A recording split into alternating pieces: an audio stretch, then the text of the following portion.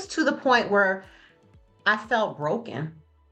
And maybe you need to be broken, open, because in that brokenness, nothing else mattered anymore. Friends that weren't really there for me didn't matter anymore. Images didn't matter anymore. A job that I wasn't happy at, none of it mattered anymore. And so, what I started to realize is that when I came out of it, is that that type of rock bottom experience is necessary because you have to shed all falsehoods. Nothing phony can operate in a high vibration in a spiritual space.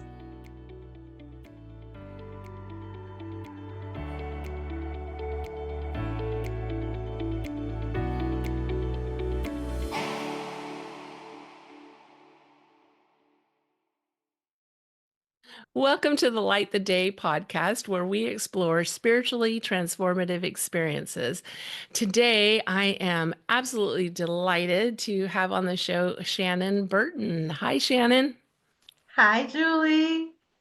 It is so exciting to have you here. So we met virtually, and gosh, I don't know, at least a year ago, and you Yeah. invited me to do a video interview with you for a program that you were doing.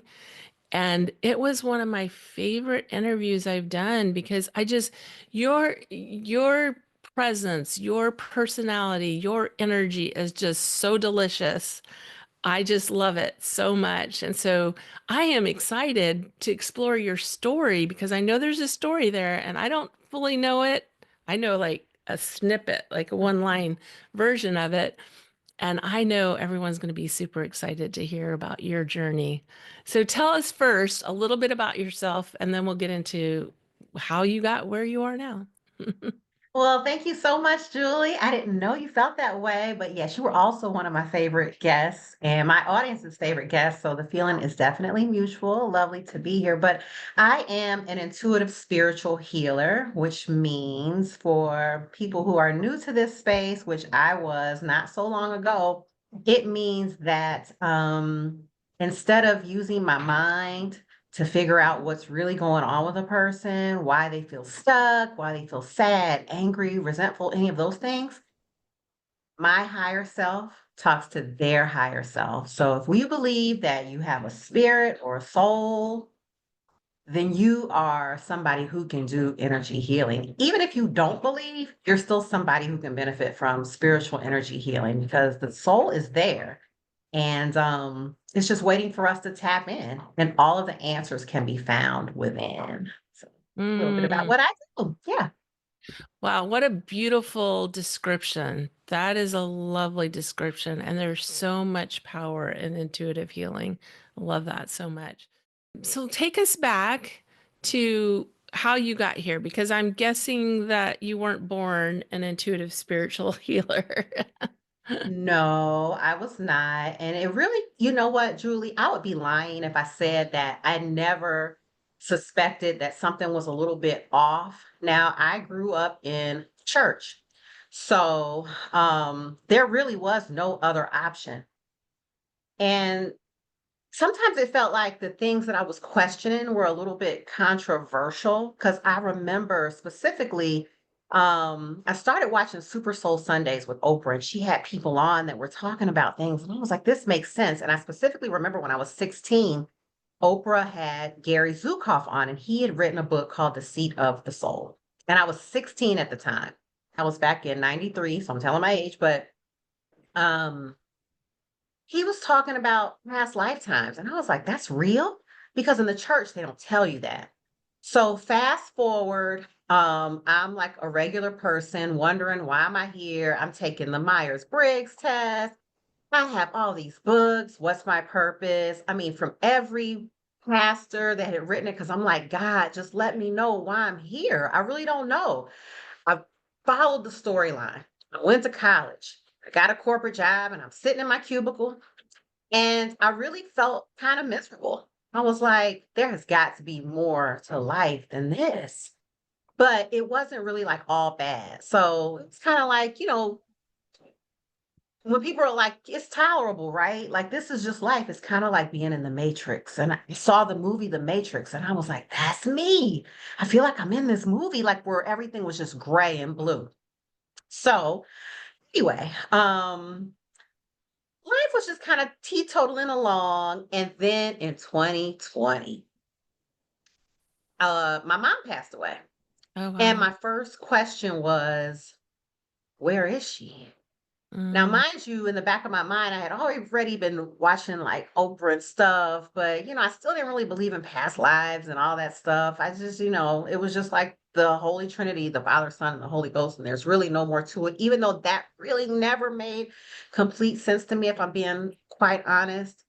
So this is a very transparent conversation. I don't think I've ever really talked about this with people because it can be a little bit controversial, but it just never really added up. And so I was just thinking there's got to be more. So when she died, I read this book and it was called Answers About the Afterlife.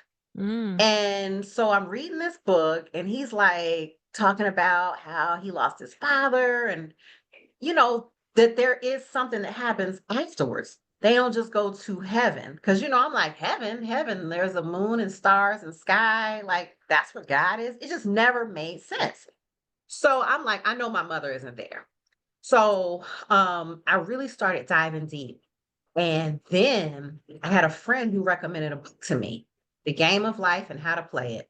mm. So I'm reading this book, and it's really like a powerful book about manifestation and your thoughts controlling like what happens and the things you speak. And it's like, okay, little pieces coming together. Back to my mom. I'm sorry if I'm jumping around a little bit, but at the end of the book, he said, go see a medium. Even if you don't believe in it, even if the church says you're going to go to hell, just hire a medium. So he had a list of mediums that you could, like, reputable people, and it was called the Forever Family Foundation. These people have been vetted. So I'm like, I'm going to get somebody off of the Forever Family Foundation. That way I know for sure that these people have been credentialed and what have you. So anyway, I get on the call with this woman and she's firing off like an auctioneer. She's like, yeah, if it's on your mom, it's going to come to me on the right. It's from your dad's side, it's going to come to me on the left, and blah, blah, blah. So, anyway, she knows my mom's age. She knows how she died. She knew her name. And so I'm like hysterical because you got to think in church, they told you don't do that because it's from the devil and that I just never even thought that this could possibly be happening. So I'm like, oh my God, this is crazy time. So anyway, that happened. How long Then how oh, long ago after your mom passed away did I you did see it this medium? 6 months. It was Six six months. months. Okay. Yeah. She Yeah. had a very long waiting list. So yeah, it was 6 months later. But the pain was still there. But to hear from my mother again, she's not really dead. So I want to like scream it to the roof, like, they're not really dead, right? They're not really dead, right? Like, so you have to imagine, Julie, that like opens up a complete can of worms for me. Like, oh my God, you guys have been keeping this a secret from us? What else am I not knowing? So you talked a little bit about like your traditional church background and kind of this, they go to heaven. So in your mind, was that different from them? So it seems like there was a bit of a understanding that they weren't really dead, but maybe they were just too far away to really connect with. Is that kind of what it was? Maybe so. And thank you for asking that very clarifying question. It actually says that in the Bible that the dead are sleeping with Christ. And Mm. so they're sleeping and that they won't rise up again until the day that Christ returns. That just didn't say much about somebody who could actually say, hey, Shannon, I'm actually right here. Oh, that's an interesting because I feel like every religious tradition kind of has a different take on that. So thank you for sharing that. Yeah, yeah, there was just a little bit of confusion.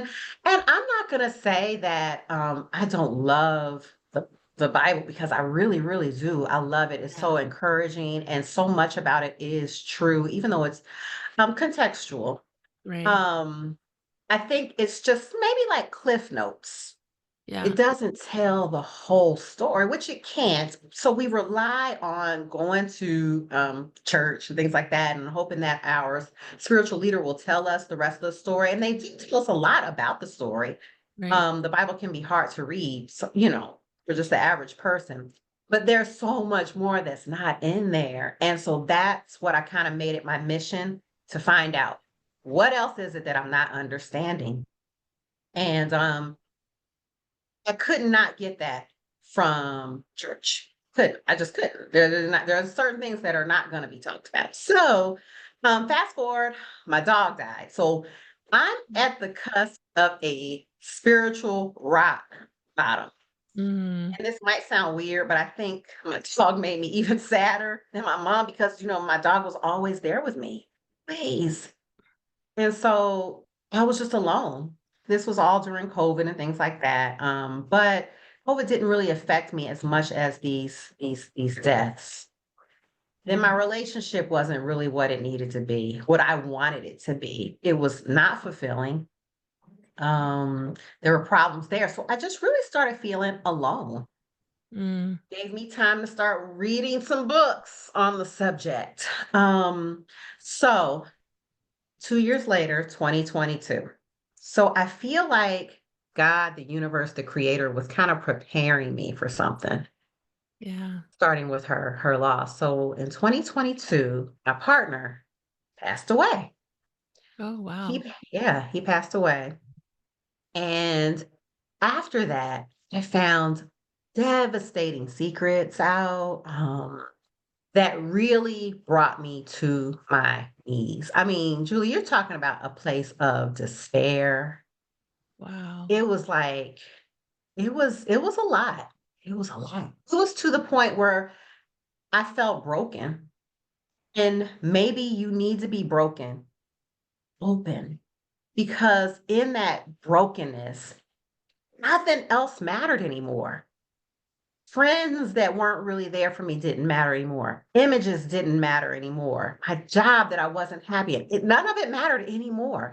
And so what I started to realize is that when I came out of it, is that that type of rock bottom experience is necessary because you have to shed all falsehoods.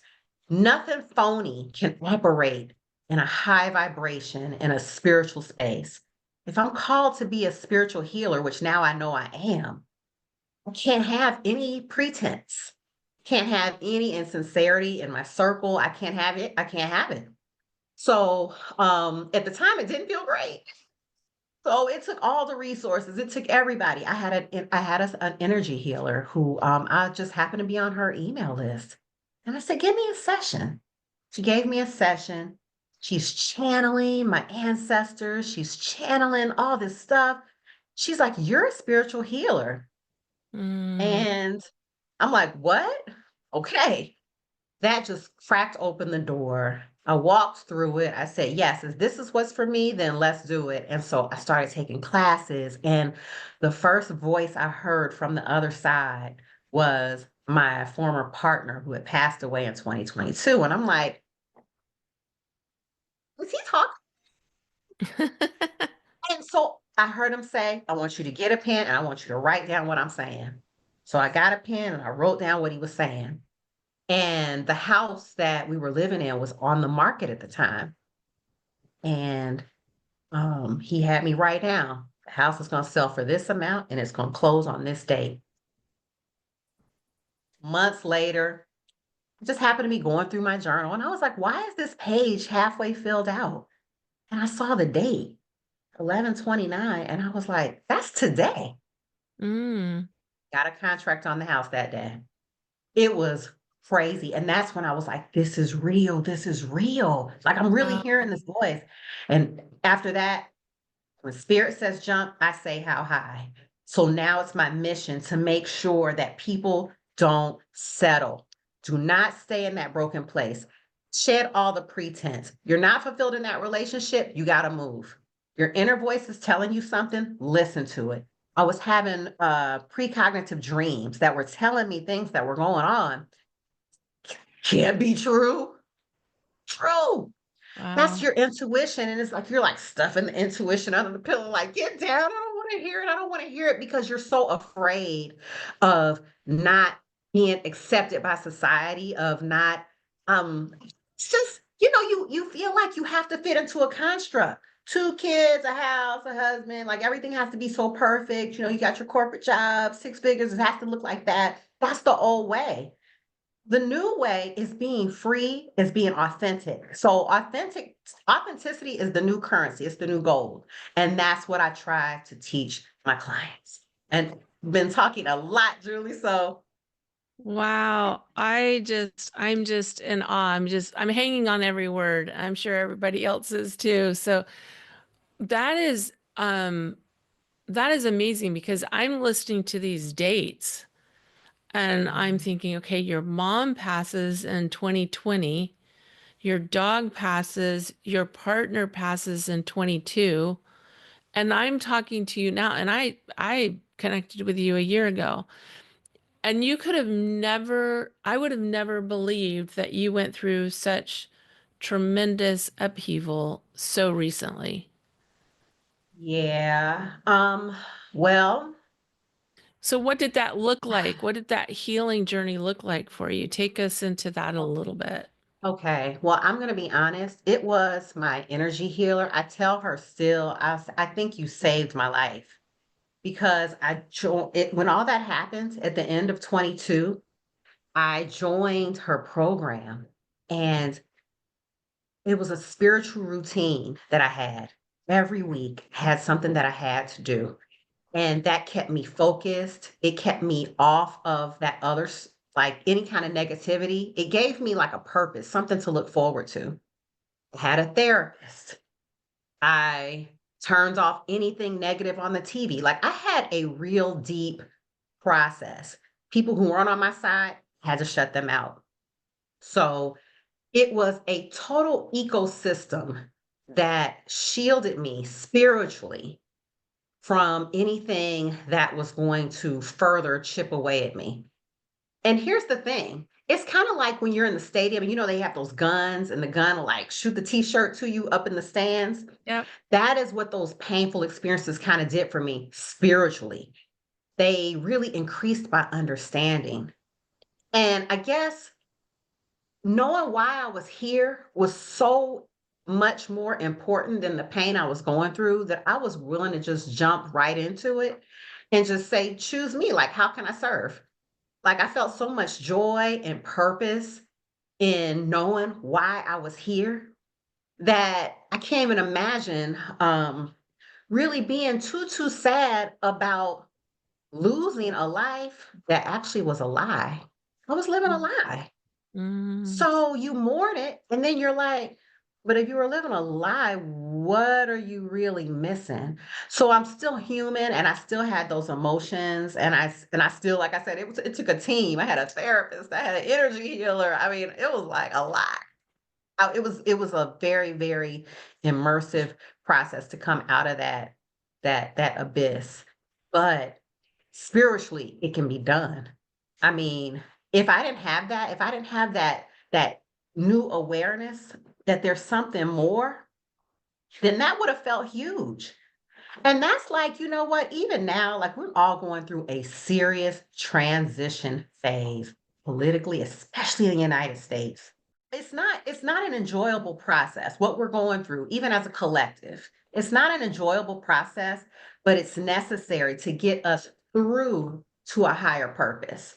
And so if I can identify, you know what, there's a higher purpose in mind for this, then I'm like, you know what, it's kind of okay. It's going to be okay. If you have a spiritual understanding, you start to say everything is happening for you, not to you. I got rid of the victim consciousness. Why did they do that to me? How could he? Why would God? That's all like victim consciousness. Once you get rid of a victim mentality and you're like, how is this happening for me? You are well on your way to changing your whole life. And so I can speak to that now because I'm like, it worked for me. It worked. yeah. Just a change in perspective. Yeah. Well, okay. So so many thoughts going through my head as you're sharing this because I'm like, and I'm in the background, silently saying yes, yes, yes. Like it's so much yummy stuff that you're sharing with us. Um, and I want to kind of highlight a couple of things because I think it's so fascinating. We are in a different age. Like we cannot deny that we're in a different place in 2025 than the world was in 1925 or 1825. Like we are in a different place. We are collectively being asked to move into a different space and it's not comfortable because we haven't lived here before. And when 2020 happened, especially with the work that I was doing in grief, like I felt that so deeply that it was the first time in of course in my lifetime and as far as I can tell in the history of the world where we were going to through a worldwide a worldwide shift in experience, a worldwide wide grief experience that was inviting all of us to rethink how we're living our life and what we want to do moving forward. And so many people, we can see it. We can see it in the statistics even that so many people shifted and changed the way they were living their life. Although there's a lot of us who, kind of went back to what we were doing before, but we got a taste of what is that to be like free from, what is it we really want? Because grief, it just invites us to say, to re-examine our life. Like when we lose someone we love and we look at their life and we go, what really matters? What really matters? Because I love that person and they're not here. What really matters? And that is just a huge question. And I love what you said about life is happening for us. I don't know, what, if anything, is your perspective on the soul plan? Because I feel like that's just such a big part. That's been so much a part of my growth and understanding is understanding the soul plan. Oh, Julie, oh, I love this topic so much. The soul plan. And so, if I may, just to clarify how this works for anybody who doesn't know. So, before we incarnate here, we come together with our team. Who's on your team? Your team are your guides. You are on your team. And that is when if you can just picture that you're at a round table meeting, we're at the board meeting, and you have lessons to learn. And you're like, I want to go to Earth. They're like, Earth is hard. Earth has the densest energy. But the amazing thing about the brave souls who come here and choose to learn what they can learn here is you can learn your lessons so quickly here in 3D. It can take hundreds of years to learn the same lessons in spirit, in the spiritual realms. People are like, you know what? I have learning to do. I'm going to go to Earth and I'm going to do it. And so you put together who are your parents going to be? What kind of body do you want? Where do you want to be born? What kind of experiences are you going to have that are going to trigger your need to heal? So, for example, you might pick a hard assignment. Some people pick assignments that are harder than they can deal with. And then if it starts to spiral too out of control, then that is, spirit can help you actually end your incarnation if you choose to say, I just don't want to be here anymore. But aside from that, the soul plan. You are going to have experiences that are going to trigger you. And when we're born, we have to come in with this veil of forgetfulness. You're not allowed to have the answers to the test before you take the test. Otherwise, it won't trigger you to want to heal it. So, those problems that you had when you were 6 and 10, they were all supposed to trigger you because you're going to see the core wounds that you carried from childhood, you're going to see that in your relationships. Relationships are like ground zero for spiritual growth. Your relationships are going to reflect back to you everything that you actually planned to heal when you came here. So, the soul plan is a beautiful thing. It's unfortunate that we don't remember that we had a soul plan, but if we can just keep that in the back of our mind, even as we're going through, if we can go ahead and feel the emotions, because that's where people run into trouble. They're not liking this soul plan so much, the way it's playing out. And when you do that, your chakras get blocked, like you get like a gridlock because you're not letting your emotions flow through. You're in resistance, you're angry. Feel your feelings, feel the emotion and let it pass. That's how you graduate to the next level. You don't have to be on this karmic cycle. Like we're like, shoot, this is when people are like, why keep attracting the same man? I'm like, because you never healed it. Once you heal it, you're like, the universe is like, check, she did it. Yay. You're on to the next. Just remember that when things happen, like you said, they're happening for you because you were actually a part of it. You might not want to hear it. You're actually a part, and people are like, I would never have chosen them to be my parent. I'm like, well, unfortunately, you actually did. Just accept it as being reality. It might not be what you learned in like growing up and stuff, but I can promise you that it is actually the truth. So that's the soul plan. Do you want to Yeah. add anything to that? I love your description. It's beautiful. You have a way with words and a way with energy, I will say. Like just the way you express yourself is so beautiful. It's interesting because I had somebody this week say, why do we not, if this is all true, if this is like if we're really came with this plan and all, why don't we remember? And if we think about it, because I used to say, so, when I went through a divorce for my first husband and then bankruptcy and then my brother had died and then my kids died and I'm like, I kept saying I stood in the wrong line in heaven before I came. I kept saying I stood in the wrong line. How do I get off this train, but it's really like if we could remember, like if we still had remembrance of what happened on the other side, of our experiences on the other side, of that incomprehensible love, like we can't, I always remind myself, like I can't possibly understand heaven from where I am right now. I can't possibly understand the vastness of God, source, universe from where I stand right now. But there was a time where I was connected to that love, to that eternal source of well-being when the but my soul wanted to come here to experience this. Mhm. But if I could still remember that, I wouldn't be having the experience here because I would be here wanting to be there.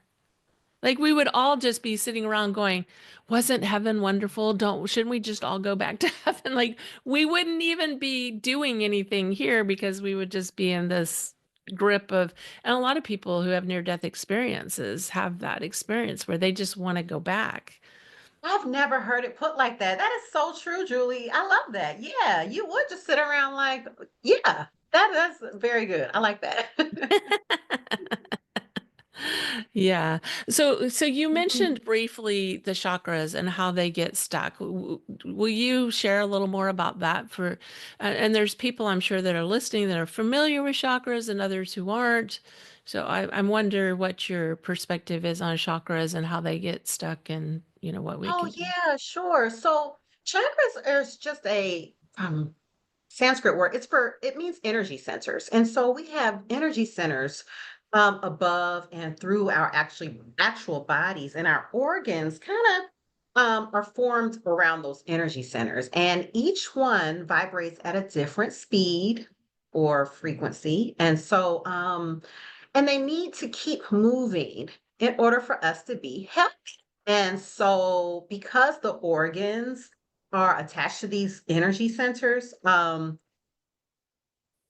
When we feel emotions, let me describe it this way. So we have an energy field, right?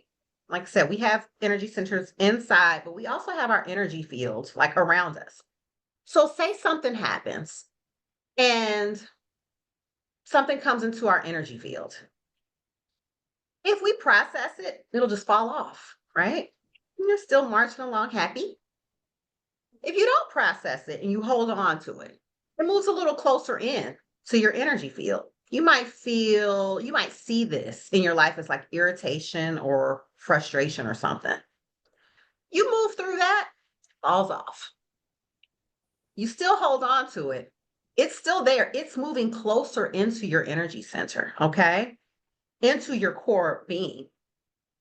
The longer you hold on to that, the longer and the older it is, the more it can actually come into your physical body. And if you still don't process those things, and I'm not saying this is the only way that people get sick, because I mean, you have pollution and all these things, but talk specifically about emotions and things like that.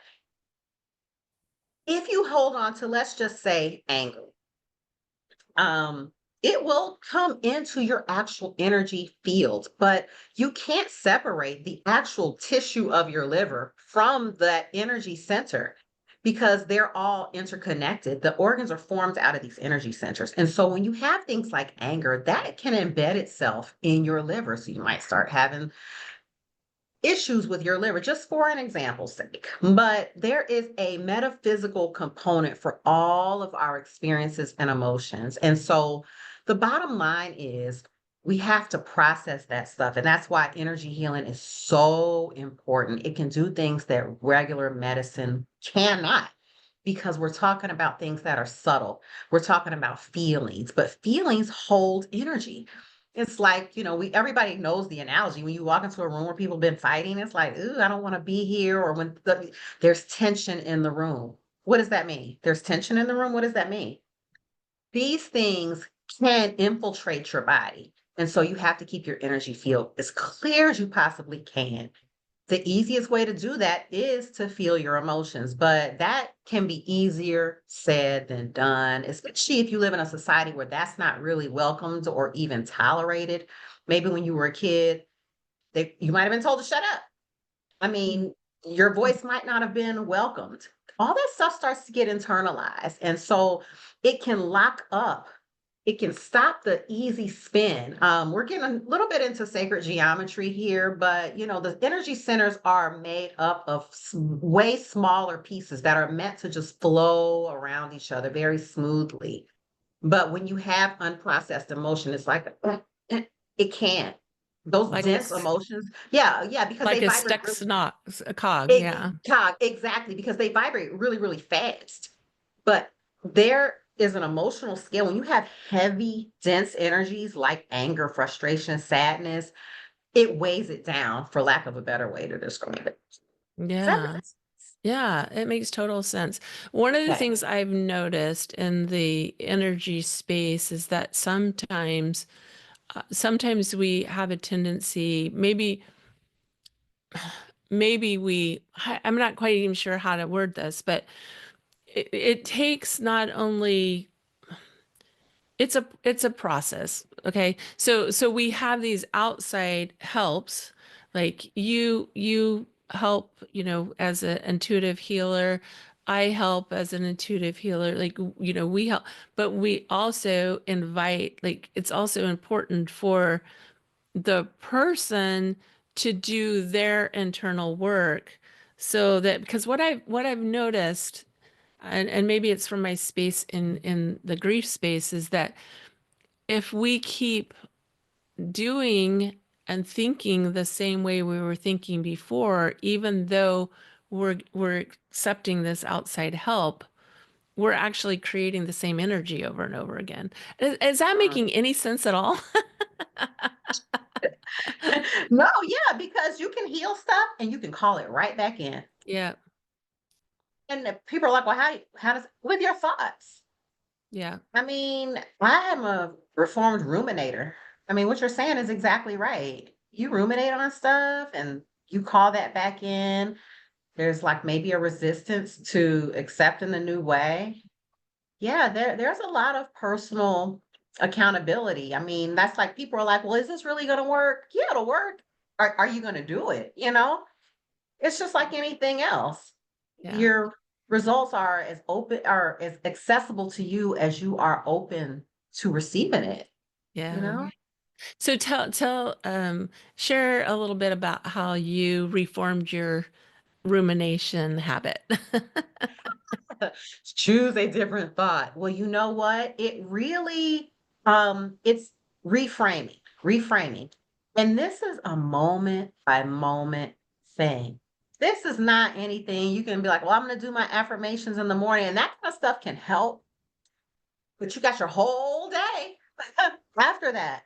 It's moment by moment. It's choosing to not be a victim moment by moment. When somebody cuts you off in traffic, are they maybe how can I just reframe that? Can I, or even if you can't reframe it, just be mad, let it go.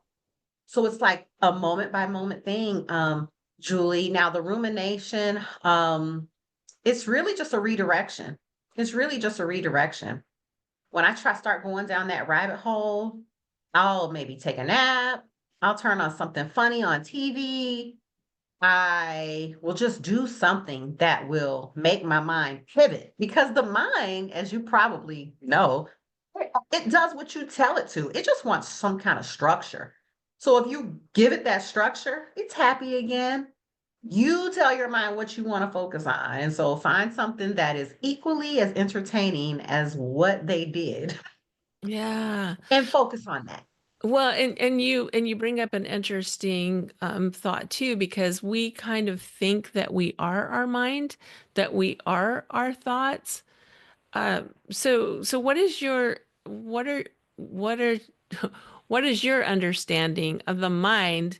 Because I tend to see the mind now as more of like it's an instrument, it's a tool um, to our higher consciousness. Like, and so it's our consciousness that's observing the mind. So it's very intertwined, and so that can be a little tricky. So I'm wondering what your thoughts are on that. Well, yes, it can be really tricky. So the brain, I'll call it the brain. Our beautiful brains are a construct and a very necessary part of living here on Earth. Your brain is here to filter out. It's here to focus, or some might say it's here to personalize. So I'm talking to you, Julie. I see you. My brain is doing that. It's my subconscious. My brain is able to see you and not everything else that's going on around me. So your brain wants something to focus on. It's the left brain. It's the left, it's like left brain, right brain. You're right. The right side of you is your multidimensional spiritual side. So the two have to work together. But yeah, the brain is just a construct that enables you to live here on this earth. But can really only take in, what is it, like 1 or 2% of everything that's really going around? So make sure that I would just encourage people to make sure that you categorize your brain and make sure that it has its place. Thinking is what it does. It thinks. But you tell it, the subconscious is what directs that. The brain is the car, but your subconscious is the gas. You tell your brain what to think about. It doesn't direct you.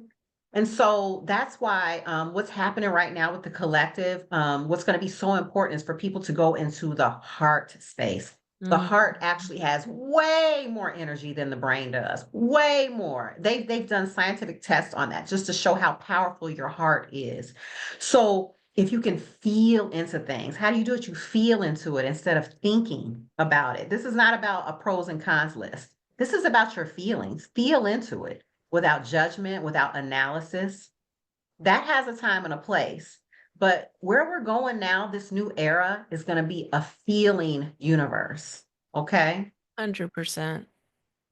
I 100% agree. And that's what I've been shown over and over and over again is that we are being invited to move from the brain space, from the mind space to the heart space, and to do Yeah. everything from the heart space. And it makes so much sense because we're being invited into communities of love rather than fear. But we see there's so much fear in the world right now because things are Mhm. shifting and changing. There's even more fear in the world. So, like, what are we using our consciousness to focus on, the fear or the love? And how can we be part of the love rather than the fear? Okay, Yeah. I feel like I want to go back a little bit in our conversation. Is that okay? Yes, absolutely. So I had this thought that, like, when, because a lot of times we talk about like how much we can learn here, like Earth, this is Earth school. Like we came here, it was like going off to college. We left home to go off to college. We left home to come to Earth school. Um, but but then, we when we kind of when we hear near death experiences, or when we plug into the other side and we're like, there is so much there. There's so much understanding and so much. And so sometimes it makes me wonder, like, well, why are we here? Because there's like, it's so broad and vast on the other side. But this is the way that I've come to understand it. I would be interested in your thoughts on this. And that is that one of the reasons I think that we can learn so much here, because it sometimes feels a little like, what do you mean I can learn so much here? Because when I connect to the other side in like 30 seconds, I learn so much more there than I do here, But the way I look at it, it's like, okay, we're trying to understand fear from a space of love. So it's like watching a TV show about Australia, and you can watch as many shows as you want to, but until you go there, you haven't experienced it. So that's kind of the way I look at it a little bit. Like, from that space, we can't comprehend the density of fear that we experience here, and what we can learn from that experience. So we can hear about it, but until we're here, we can't comprehend it. Does that make any Yeah, sense at all? it's perfect sense. And I love how you use the term we, because we are aspects of the creator. So if we think of our creator God source as a librarian, knowing that I call it the all is mental. It's all mental. This mental creator that we can hardly conceptualize is the librarian, if you will, who's read every book in the library, knows everything about every subject from before time to infinity, but has never lived it. So that librarian is like, well, I want to live it. See what it's like to dance. I've read about dancing, but I want to dance.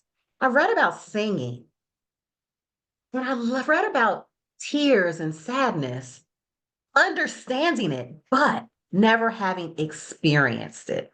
And so we are the foot soldiers. We are the representatives of our creator.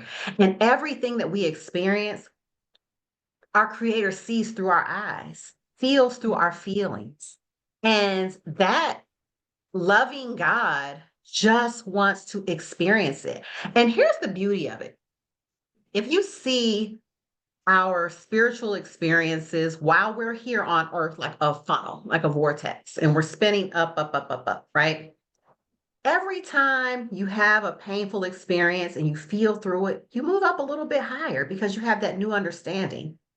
Then you feel more joy. So things are going to happen. Things are going to happen. You're going to respond to it. You're going to move further up the spiral. This is your soul's growth that's happening on earth. You move up that staircase so much faster here on Earth School. And so the creator is very pleased. Now we have Julie Clough, who sees everything so uniquely. I mean, it's such a unique experience. I mean, what a book that had never been written until you came here to live it.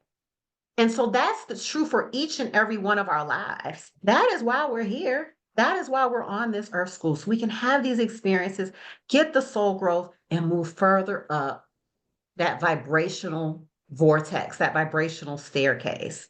until we get higher and higher, and then we'll be back with our creator, which will be at the end of time. I mean, our ultimate goal is to just go back home, if you will. Where apparently we want to be anyway. I don't remember much anything about it, but where we're going. Yeah, I agree with you. I love that description of the funnel. That's beautiful. And if you're listening rather than watching, I loved the way that you illustrated that with your hand and the pinpoint and so forth. But also you brought up something that just totally fascinates me, and it's this idea that no two people have the same experience. That is astounding to me. That is like when if I think too long about it, my little teeny brain explodes. But I do want to ask, what would you say to someone who says, a loving God wouldn't permit us to have such horrific experiences? Like you've experienced really hard things. I've experienced really hard things. I know there's a lot of people listening who have experienced really hard things.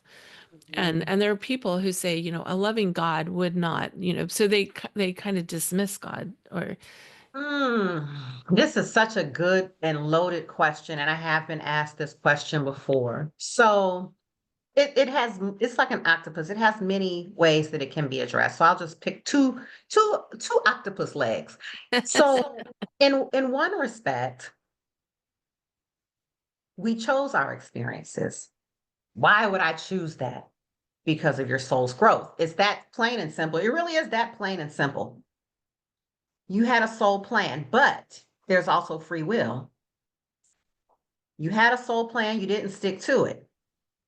It may have been that you were supposed to go left, but you went right. That opens up a whole nother page or chapter of experiences that you were going to have in your free will. Um, you will always return back to your path. But when it's like a GPS redirecting. You'll be redirected, but you're going to have experiences based upon your own choices.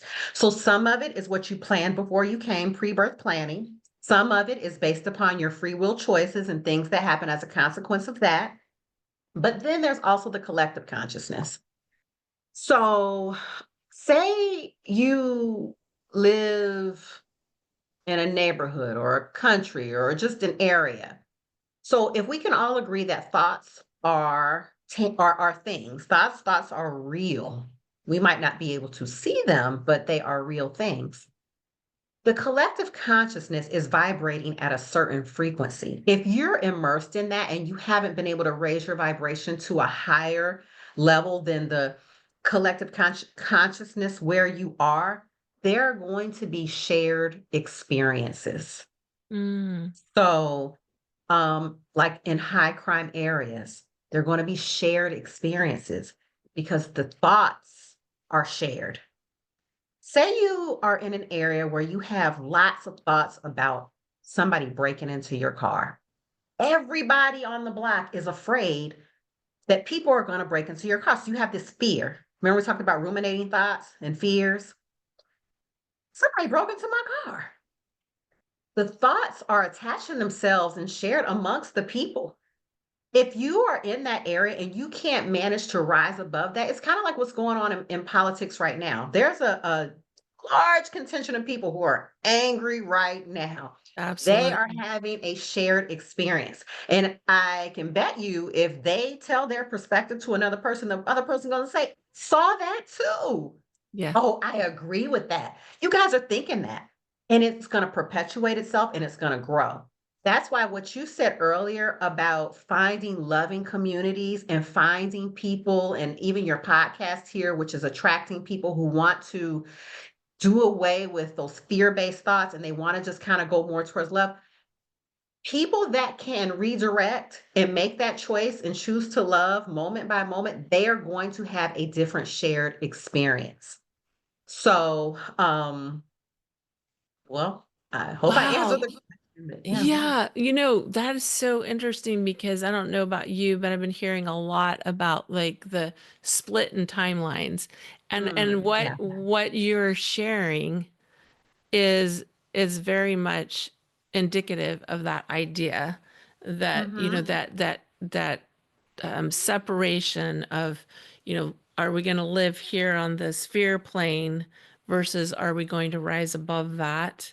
And Absolutely. it's not easy, but it's possible for everybody because we are all, every single person, even people who are living very fear-based, and we're all doing that. It's a spectrum, it's not like, but we're all doing that to a certain extent because that's our human experience. Um, when we it's just so fascinating to me that we can have these very different experiences and we can kind of rise above the fear based and choose into more of that love base of and I loved what you said, like, a loving God. When we start to understand, and I think this made a huge difference for me in my own experiences, especially after my kids died, when it became a very real conscious part of me that this was part of our soul plan, not just mine, but it was the soul plan of my kids who passed away. It was the soul plan of my family, even if they do or don't recognize that. When that became a very conscious,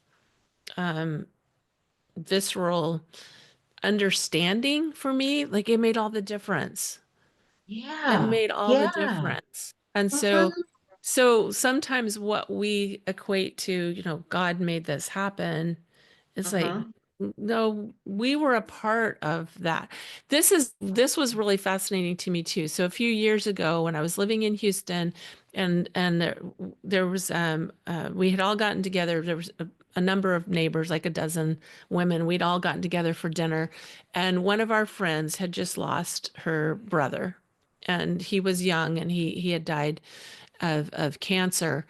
And it was so fascinating to me because we came from very different backgrounds. Some of us were not even originally from the United States. I mean, like we were all different backgrounds, very different backgrounds. And as we sat around that table, and I don't remember who first said it, but somebody said, I feel like we choose our experiences here before we come. And everyone at that table was like, yes, yes. I was blown away because I felt that way too, but I didn't know that other people felt that way. Like, I wasn't aware of like a universal, maybe a Christian concept or something that was teaching that. So that was fascinating. Of course, my friend who had just lost her brother was was kind of rejecting that idea, which I get. Like she was in early grief and she's like, my brother would never choose this, right? So yeah, consciously maybe not, right? And so we totally honor, where people are at and what they're experiencing. All right, I could talk to you all day long, Shannon. You are a I know. beautiful soul and you are an example of this tremendous growth and this choice of a growth path rather than a victim path. And it's just beautiful to behold. But I wanted to ask you just a couple more questions. One is one that I ask all my guests, and that is, what do you do? Is there any practices, spiritual practices that you have either daily or weekly that you do to help you stay connected? Yes, yes, absolutely. Daily, oh my goodness. I have to at some point quiet my space. And I'm sure so many of your guests probably say that. I mean, I have to have that quiet time, that stimulation, because the spirit can't operate when the mind is so active. And so I have to shut it off. Um, that's really it. I try to do that for 20 minutes a day as opposed to the games on the phone. I mean, I was guilty of that when I was trying to tune out, like when I didn't want to think. And you know, that's like SOS, emergency. Like when you're going through it, do what works for you. You might not want to be. I couldn't stand the quiet when I was going through the rock bottom, through the loss. I couldn't stand it. Yeah. Yeah. So yeah, but now breath work for like the four square breath. I love the four square breath and just meditation. I have the app on my phone and I just do the little 10-minute meditation. I do videos on YouTube. So something that just lets me quiet my thoughts is what I insist on doing every single day. 20 minutes, that's all it takes. That's wonderful. And also, I know there's going to be people who will want to connect with you. So share where people can find you. Oh, yes, guys, you can find me at my website is shannonburton.com. I'm also have a little YouTube channel, but Shannon Leah Burton on YouTube. But yeah, my website is shannonburton.com. You can find out more about me, the work that I do, and how I can help you start your healing journey or continue your healing journey. But the bottom line is how I can help you heal and move forward. So thank you. Thank you so much, Julie. It's really been fun talking to you.